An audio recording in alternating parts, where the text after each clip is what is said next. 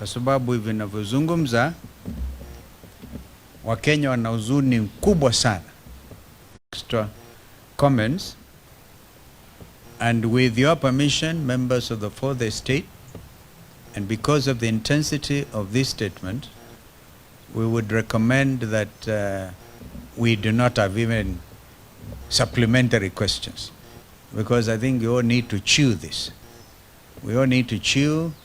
Your audience, which is the Kenyan people, we need also to chew exactly what we are going to issue today from the command center. Karibu sana, ndugu Rigiji. Thank you very much. This is a press statement by the United Alternative Government on the fuel scandal in our country, Kenya. Patriotic Kenyans, today we wish to draw the attention of Kenyans to one of the greatest fuel scandals in the history of independent Kenya. We have deliberately taken time to look into the oil scandal that has hit Kenya in the hope that the government of President William Ruto would be kind to the people of Kenya and save them from further agony. Little was it forgotten to us that Kenyans are on the and the entire energy value chain is completely a criminal enterprise under William Ruto. We wish to state as follows. On Thursday, the 2nd of April 2026, Kenyans were treated to dramatic arrests of former PA State Department of Petroleum, Mr. Mohammed Liban, Mr. Daniel Kipto, former DG EPRA, and Mr. Joe Sang, former MD, Kenya Pipeline Corporation. On 4th April 2026, a public statement made by William Ruto meant to hoodwink and fool the people of Kenya. He argued that oil cartels had been crushed to a halt. Further, he strongly stated as follows: that the international oil companies, IOCs, had not declared their inability to perform their obligations under contract. Yet we know that there was official communication requesting a contract review and price adjustment following the Middle East crisis. The other trio had resigned, yet they were forced to resign during the Easter weekend while still under police custody.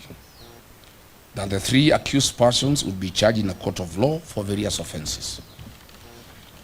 The three international oil companies, IOCs, in the so-called G2G arrangements are Saudi Aramco, they supply diesel and super petrol; Abu Dhabi National Oil Company, ADNOC, they supply diesel and jet fuel; and Emirates National Oil Company, ENOC, they supply super petrol. These IOCs supply and distribute fuel through 6 hand-picked local oil marketing companies. But what was being hidden from the public was the real culprits of this scandal. The team leader of this oil scandal is William Ruto, Felix Koskei, and the abroad-based expert, the CS for Energy and Petroleum, Mr. Opio Wandai. And a local company, which is a nominee of the international oil companies, IOCs, awarded under the so-called G2G framework. While the crisis in the Middle East brought about the conflict of the USA and Iran, William Ruto saw a big business opportunity to fleece Kenyans, as he has always done. Kenyans will recall the Brazil maize scandal of 2009 when William Ruto was the Minister for Agriculture, and he was fired by the then Prime Minister, the late Right Honorable Raila Odinga. Truly, you can't change the character of a man. In the so-called G2G arrangement, Gulf Energy, William Ruto's proxy, via a letter dated 21st March 2026, addressed with then PA State Department of Petroleum, Mr. Liban Mohammed, confirmed their inability to supply fuel and triggered a delivery default. Note that Gulf Energy supplies 4 out of 6 or 67% of the monthly fuel cargoes, leaving the other 5 oil marketing companies to supply the balance of 20% or 2 cargoes imported under the so-called G2G framework. Since the IOCs in the so-called G2G framework agreement could not evacuate fuel through Strait of Hormuz and had communicated their inability to perform their contractual obligations, triggering a delivery default. The 3 government officers invoked relevant provisions of the Petroleum Importation Regulations 2023 and implemented a government directive issued by the National Security Council Committee via the letter dated 9th March 2026, reference number OP CAB 3/55A, to explore and implement strategies to diversify petroleum import sources beyond single region, reducing dependency and enhancing national energy security. As such, the above decision was implemented. On 18th March 2026, the State Department of Petroleum, a meeting of the Vessel Alignment Committee, which was chaired by one Joseph Wafula, was held to review the supply position and replenishment plan. The meeting was attended by 13 local oil marketing companies. During this meeting, it was recognized that there is a likely shortage or supply of petroleum products, and in accordance with Clause 21, Petroleum Import Regulations 2023, the 13 oil marketing companies were invited to submit an expression of interest for the emergency supply of contingency fuel stocks for delivery on or before 28th to 30th March 2026. It is important to note that only 4 of the 13 oil marketing companies submitted their bids within the stipulated timeframe. The awards for the supply of emergency contingency stocks was duly awarded to the 2 lowest technically compliant oil marketing board bidders, with the condition that the supply required a quality waiver from Kenya National Bureau of Standards, KEBS.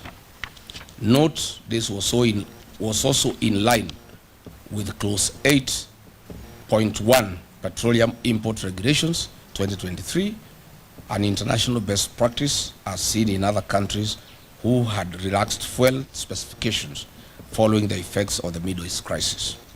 Subsequently, via the letter dated 28th March 2026, reference MITI/CS/Volume 1/Waiver Number 3, signed by Honorable Lee Kenyanjui, CS Minister of Investment, Trade and Industry, addressed to the Honorable P.O. Wandai, granted waiver for oxygenates, manganese, sulfur, and benzene parameters in the KSES 158/2025. The following companies were awarded, who are the 2 lowest bidders: 1 Petroleum and Oryx. These were contingency cargoes with delivery dates on or before 30th March 2026. Their supply position was to provide fuel cover for 2 weeks, thus ensuring product availability during the Easter holidays. But where is the mischief of the oil cartels? William Ruto was well appraised of all these processes and procedures. All the directives were issued by the National Security Council Committee, chaired by Head of Public Service Felix Koskei, Ruto's errand boy.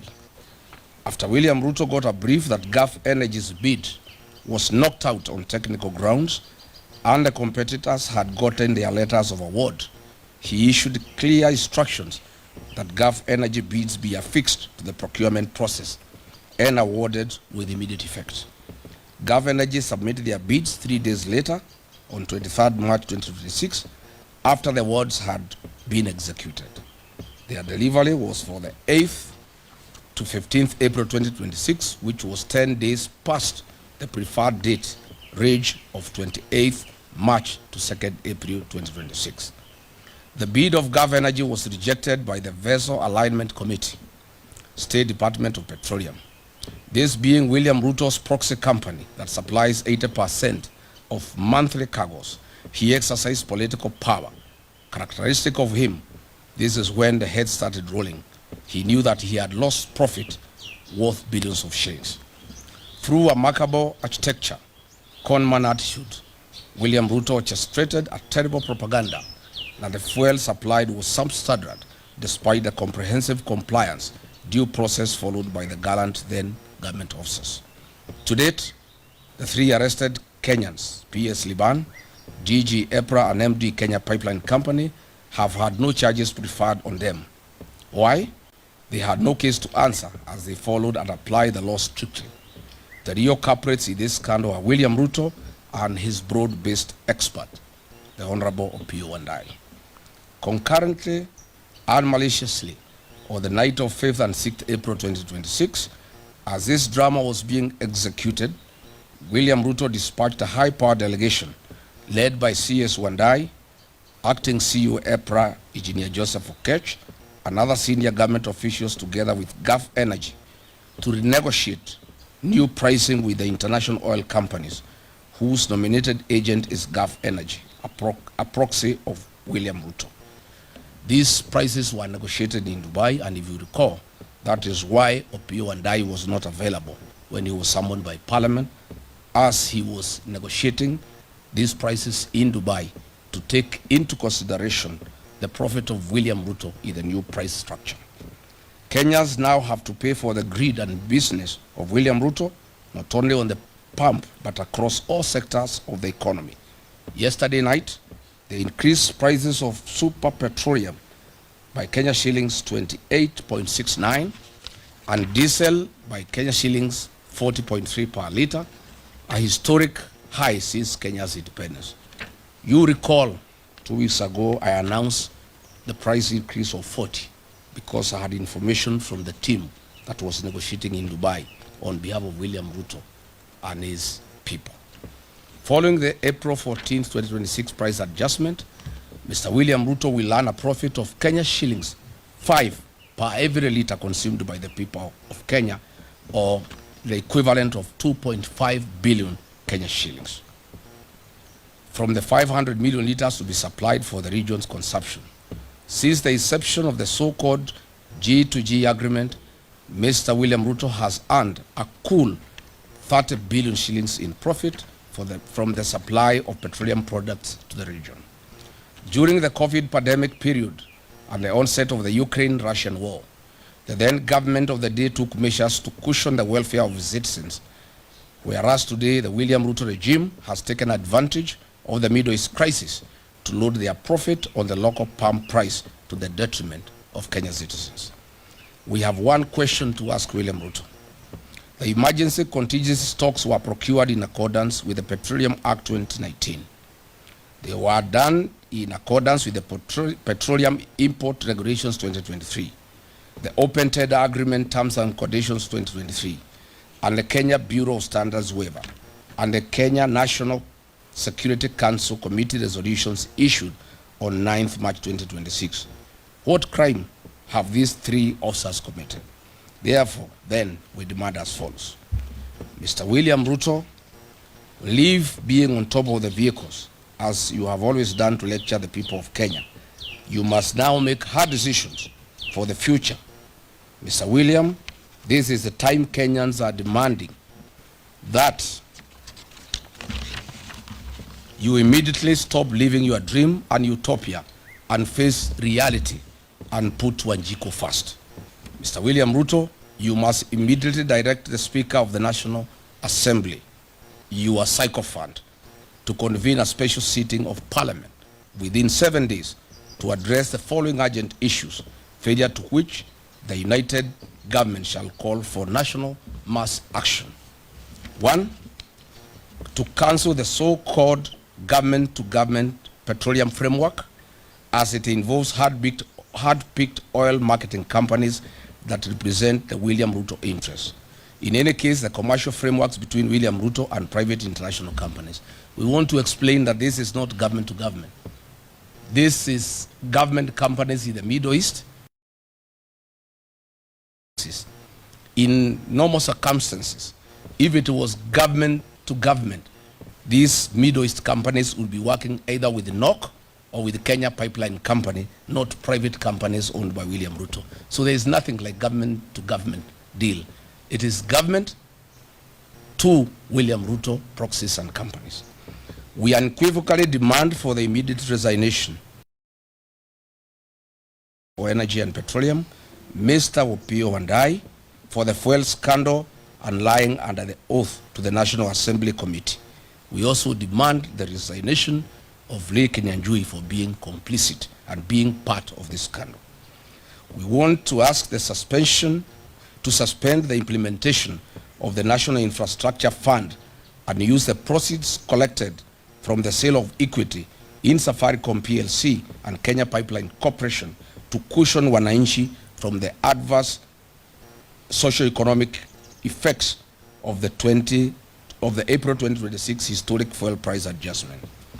On taxation relief to Kenyans, we demand the suspension of the road maintenance levy that was increased from 18 shillings to 25 shillings per every litre of fuel. We also demand the suspension of the affordable housing levy.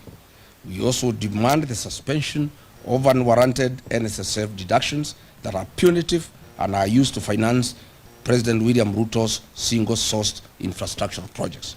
We also demand that Parliament remove VAT on fuel products. We are saying on behalf of the people of Kenya that that is a reducible minimum.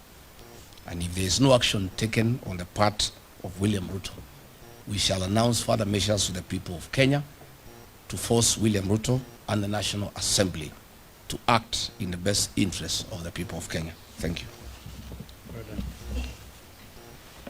Well, there we go. Tomorrow, I will be in the High Court at Milimani dealing with this other state capture matter of the sale of Safaricom shares to Vodacom, itself a foreign company. So although in our statement we have highlighted that whatever the proceeds out of that sale, I want to announce that that is contested and will be in court tomorrow. So we will now invite our brother JB Muturi to give some highlight, make some further comments, and after that we'll have brother Fred Matiang'i, and finally Eugene Wamalwa will make the final comments. JB. Thank you. I just want to state to William Ruto to ask his proxy, Moses Wetangula, to convene a special sitting. We are cognizant of the fact that the House is still sitting, but we are saying that this is the right time, if indeed William Ruto has any interest at all about the welfare of the people of Kenya, because we know the revenue and expenditure estimates, what we call the budget estimates, will be tabled before the House of Parliament not later than 30th of this month. And therefore, our call for a special sitting and for the removal of VAT and the suspension and or total exclusion of the extra 7 shillings charged on the fuel levy should be at this time and be considered during this special sitting because the ramifications of this historic and abnormal increase in the cost of fuel effected last night are enormous, and the implications will spread to all sectors of our national economy and affect the socio-economic fabric of this country. In conclusion, I just want to amplify the point raised in our statement that indeed, as Kenyans would recall, when William Ruto took over the reins of government in 2022 is when immediately after he had made several promises that we needed to address the issue of the many taxes in the fuel sector. And many Kenyans will recall that he never shied to criticize the former administration. He said, he offered that there will be a review of the many, in fact, in his own words, he put those levies at 15. He said they're going to be reviewed. And therefore, every Kenyan felt that when he came up with the idea of a G2G arrangement, he was indeed going to address that issue of the mini taxes. The matter did come to me as Attorney General of the Republic, brought to me by the CS then, Davis Churchill, the chairman of the President's Council of Economic Advisors, David D., and one of the other advisors, Mr. Hassan Mohammed. But I just raised one question. Yes, Saudi Aramco is owned by the Saudi government. It is therefore a government company. ADNOC is owned by the Abu Dhabi government. ENOC is owned by the Emirates. So indeed, it's just an acronym. So I raise the issue.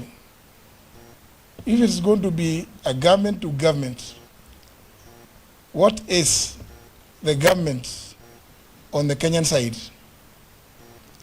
And of course, the excuses were used that, there was a pressure on the Kenyan shilling because the oil marketing companies were demanding not less than 500 million shillings every month to import fuel into the country. And that now the arrangement was that Kenya was going to be given a 6 months window before paying for the fuel that will have been delivered. But surprisingly, the government of Kenya chose not to use the government-owned National Oil Corporation, NOC, or the Kenya Pipeline Company, KPC, to represent government on the Kenyan side so that the equation makes sense when you talk about G2G. Instead, the government of Kenya purported to advise the oil importing companies, the IOCs, the three from the Middle East, to nominate locally companies that government purported to have interest in. And those companies, the three that was nominated, are the ones led by Gulf Energy, in which William Ruto controls more than 3/4 of his shares. Indeed, as Kenyans would know, this Gulf Energy is the company that bought out the British consortium that was dealing with the Turkana oil. And therefore, it is no wonder that we have never seen a reduction in the fuel prices, because William Ruto is right in the middle. On the Kenyan side, he is the G. That's why we are calling on William Ruto to now cease this arrangement.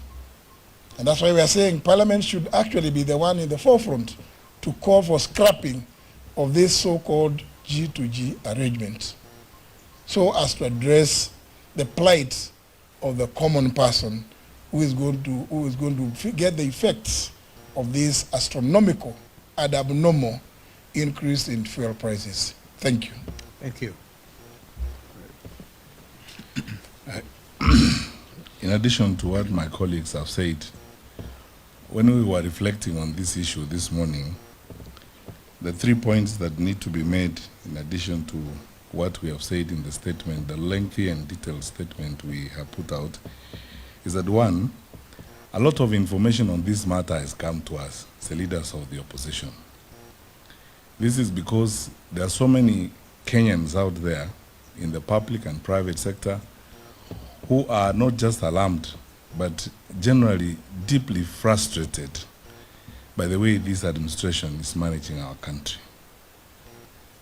I stop to ask the question all the time. In this era of information and liberal availability of information, it cannot be that the government and its leaders are doing this in the hope that the public will not know, which leads us to the conclusion that they are doing so blatantly, deliberately, and they actually don't care about the law, they don't care about the stability of the country, and they don't care about the progress of the country. Two, it's astounding the level of conflict of interest involved in this matter. When you read all the documents and all the information that has been brought to our attention, it's so abundantly clear that the president and head of state is not just an interested party in this matter, he is a practical key player in this whole matter. And our president is now faced with that conflict of interest where he needs to choose between being head of state and government and therefore the custodian of the welfare of the people of Kenya and the businessman and the practitioner that he is in the business environment. Because for the private sector in this country, the leader of our nation is a predatory competitor, and he can't hold that position of competitor and regulator at the same time, because obviously you can see the resultant effect of it. It's untold pain and suffering of our people. Lastly, I hate to say this, I always hope I'm wrong on some of these things, because just 4 years ago, before we left the government, we warned the country about a number of these things. I was in the previous administration when we saw some of these things, and pointed out that these our friends do not have the capacity to be fair arbitrators and leaders of a great nation such as ours. In my view, and we've discussed this matter considerably, if this issue is not dealt with, this matter of oil, I think we haven't seen the worst yet in terms of the direction our economy is going to take and some of the things that are going to happen as a result of the conduct of government business. So when we say publicly that our country is going the wrong direction, we do so because we love our country, we are patriotic, we are responsible people, and we have a moral duty to point out to our fellow citizens when we think we are clearly entering a very dangerous zone in the affairs of our country. Our leaders need to make that painful decision. Are they going to be leaders, regulators, managers of the affairs of our country and therefore the custodians of our people's welfare, or they are going to be private business people doing business? If you sat down with Kenya Private Sector Alliance, the Kenya Association of Manufacturers, and all these private sector people working in our country and investing, working very hard in our country, some of them in low tones, some of them in extreme frustrations of the things that happen, give you evidence that our country is headed the wrong direction. And we are asking these questions not because we are negative about these things, but because we are also alarmed at all these things that are available. And we want to, lastly, on behalf of my colleagues, thank the Kenyans who have given us this information. You had my three colleagues who spoke before me, Honorable Gachagua, Honorable Kalonzo Musyoka, and Honorable Muturi. All this information that we have, a lot of it every day is coming to us from Kenyans who are very concerned. We thank them. We want them to know that we appreciate their forthrightness and their commitment, and we remain open. Please give us more information on this, because we have been taken through this oil business by government officers and public officers who are willing to share information, who are equally concerned and very, very frustrated by the way the affairs of our country are being run. We will work with them. My last point is to assure them that in us they have very worthwhile partners. We are also hopeful about our country, and we are asking them not to lose hope even as they find themselves in those circumstances. Help is on the way. We are turning the corner soon. We will turn the leaf soon, and we will continue with the business of building a country because we believe our beloved country, Kenya, is better. We are better than this. Thank you. Well done.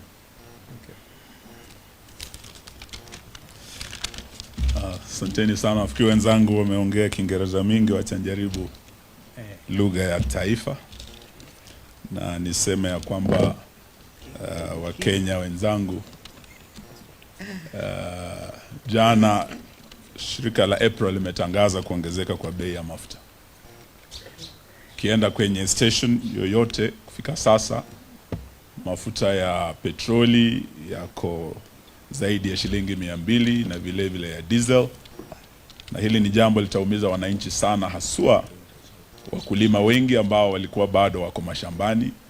Diesel imekuwa bei ya juu sana, inamaanisha hata yule mkulima pale kwenye shamba, kuanzia leo mambo yatakuwa magumu. Hata wale walio katika uchukuzi, transport, diesel itapanda. Hata vijana wetu wa bodaboda, petroli itapanda. Na hiyo inamaanisha nauli itapanda kutoka kwa yule mwana bodaboda, yule matatu, ile bus, na popote unapoenda. Sasa gharama ya maisha imeongezeka kuanzia jana. Na mara ya mwisho tukifikisha zaidi ya shilingi 200 bei ya mafuta ilikuwa wakati wa maandamano ya kwanza, wakati tulikuwa na finance bill ya kwanza ya serikali ya Kenya kwanza. Na hiyo ndio ili double mambo ya VAT, ushuru kwa mafuta, kutoka shilingi 8 kwa lita hadi shilingi 16, 16% ya VAT on fuel every liter. Hapo ndio ilifanya gharama ya maisha ikaongezeka sana, kukawa na maandamano. Na baada ya maandamano tukaulizwa twende kwa mazungumzo kule kwenye Bomas. Tuliongoza Mheshimiwa Kalonzo Musyoka kule kwenye Bomas, timu yetu ya Azimio. Na kati ya yale tuliambia serikali hii ni kwamba Bwana Zakayo, shukisha ushuru. Ushuru wa kwanza shukisha kwa mafuta. Pale Uhuru Kenyatta aliwacha kwa serikali, na ilikuwa kwa hiyo serikali na Mheshimiwa Matiang'i hapa, ilikuwa pressure nyingi sana VAT ipite 8%, lakini Uhuru Kenyatta alizuia, akasema ikipita hapo wananchi wataumia. Na hiyo ndio ilifanya lita ya mafuta wakati Uhuru anaondoka, Wakenya wenzangu mtakumbuka, ilikuwa shilingi 159, 159 per liter. Lakini baada ya hiyo finance bill 2023 bei ikaongezeka, kawa na maandamano. Kwenye Bomas tulikuwa na Mheshimiwa Kalonzo, tukawa na Mheshimiwa Opiyo Wandayi na wenzetu wengine ambao tulifanya kazi nao. Leo nataka niukumbushe ndugu Wandayi ya kwamba tulitumwa Bomas ili tushukishe ushuru kwa mafuta. Kulikuwa na ushuru mara 16, different levies and taxes on fuel alone. Na hiyo ndio iliongeza gharama ya maisha. Na wakati huo tukasema hiyo VAT ishukishwe from 16% irudishwe 8%. Wenzetu wa Kenya Kwanza walikataa. Na wakati tunamaliza mazungumzo hayo, bado waliongeza tena mambo ya fuel levy kutoka shilingi 18 hadi 25. Na hiyo ndio sababu leo tumeambia Bwana Zakayo, sababu bado wako juu mtini na ushuru bado unapanda, ya kwamba aanze kwa kushukisha ule ushuru aliongeza akichukua ushukani baada ya Uhuru Kenyatta. Aanze na hiyo shilingi 7 kwa kila lita. Hiyo ikishukishwa, Wakenya wataanza kuona nafuu kidogo katika mambo ya mafuta. Pili, ushuru wa VAT kwa mafuta, huo ukiondolewa, hii bei itarudi chini ya 200. Na hiyo itasaidia kila mwananchi wa Kenya popote ulipo katika. Hiyo ndio jambo tumesema leo tukutane hapa na tuseme we must demand that this be done immediately, na bunge liwe na kikao rasmi kuzungumzia hili kama swala la dharura, sababu linaguza kila mwananchi wa taifa letu. Shida ambayo ilikuweko tena kule Bomas, kulikuwa na hii mpango wa G2G, wakati huo ndio ulikuwa unaanzishwa. Na tuliambiwa dola imekuwa mbaya, sasa lazima tufanye negotiation na wenzetu Warabuni so that we stabilize. Na hata baada hiyo vita ya Ukraine na Russia, mambo kuwa kurudi normal na vile vile dola yetu kuweza kustabilize, G2G hiyo ilitakiwa iweko hadi mwaka jana. Alafu tukasikia imekuwa extended hadi December. Sasa tuambiwa hii G2G imekuwa extended hadi September mwaka ujao. Hiyo inamaanisha ya kwamba hii bei itabaki ama itaongezeka, lakini haitaenda chini, sababu ya hii deal ambayo Kenyans are locked in, mpende msipende. Leo tumeelezwa vizuri sana kwenye statement yetu, tumeeleza wa Kenya mwenye G2G wakati wa Bomas, na nilikuwa kati ya wale tuliangalia mambo hayo, na wakati walikataa kushukisha ushuru, nilikuwa kati ya wale nilikataa kuweka sahihi mkataba huo, sababu walikuwa na uwezo wa kushukisha ushuru wakati wa finance bill ya kwanza, lakini wakaongeza hata finance bill ya 2024 ikawa mbaya zaidi. Mzigo huo ulirudi kwa mwananchi, na ndio sababu vijana wetu wa Gen Z walijitokeza kupinga finance bill 2024. Kama tungefanya the right thing at Bomas in 2023, tutoe hiyo ushuru, tuachane na hii mpango wa G2G, vijana wetu wale walikufa 2023 75 hawangekufa. Vijana wa Gen Z waliokufa 63 2024 wakipinga ushuru huu hawangekufa. Leo tuwasema wakati umefika, Bwana Ruto, ufanye kile ambacho Wakenya wanakuomba sasa, utoe hiyo ushuru. Lakini zaidi hiyo G2G wakati wa Bomas, when we challenged it, tulisema haikuwa G2G wakati huo, and on record kule Bomas katika Hansard iliyowekwa, sababu kulikuwa na Hansard ya bunge, ya kwamba hii G2G ilikuwa government to gangsters. Upande wa Warabuni ilikuwa ni serikali, mashirika yameambiwa na aliyekuwa Attorney General ya serikali, lakini upande wetu tukatoa mashirika ya serikali tukaweka kampuni zetu za kibinafsi. So it was government to gangsters. Na ile faida ambayo hawa wametengeza, vile Mheshimiwa Gachagua amesema hapa, it's obscene, it's immoral, ya kwamba rais wa nchi anaweza tumia shida kupata faida na kujifaidi yeye mwenyewe na wenzake, wanabiashara wenzake, na ni mabilioni ya pesa ametengeneza. Yale yanaendelea Kenya ni kama yale Shakespeare alisema, merchants of Venice, ambayo wamechukua profiteers instead of patriots who are leading our country.